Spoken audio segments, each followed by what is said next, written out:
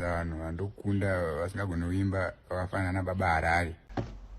Kampani yealbum launch maakuisa nati nekuti aneso ngekuti too much ini handichakwana ipapo. Chirauro uri kukanda but chiri kubata matatya. Mukomana unonzi Enzo Aisha hausi kufara nezvawakaitwa naFreeman naLevels zvekubviswe pabhama uchireplacewa nemukomana unonzi Nat O, mukomana usingachagoni shona hoipa nechirungu. Regai mumunzwe iwe Enzo, popota tinzwa. Tanga kutaura nemi nyaya muchikakama. Aiwa tati popota, ndiani wacho unokakama? Zvinoita Levels uya achiti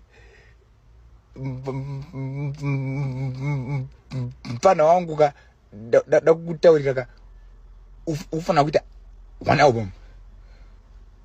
Levels obva ati ndaka Sly ndakamumudza muchikakamira mimi muri tu ndichiteerera nyaya dzenyu. Ngatimbotaure nyaya yealbum raFreeman ndori pakupisa. Kampani yealbum launch maakuisa nati nekuti aneso ngekuti too much ini handichakwana ipapo. Italian pamwe zviri kunzi mapera kasaka unenge uri here kualbum launch kwacho.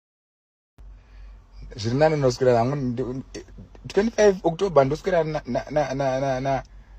na Ulengende na Maloti ndo hama dzangu idzodzo. Wakutambana naMaloti?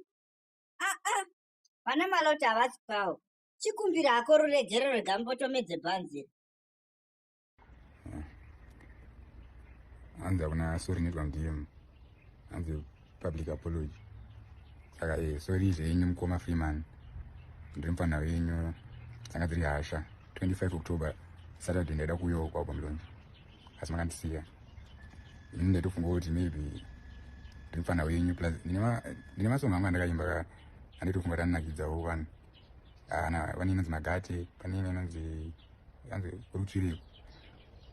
Makandisiya paprogram makaisa vanhu vandokunda vasingagoni kuimba vakafanana nababa Harare. Makandisiya kuti munyaya kuti munotya mudharamutarisi here.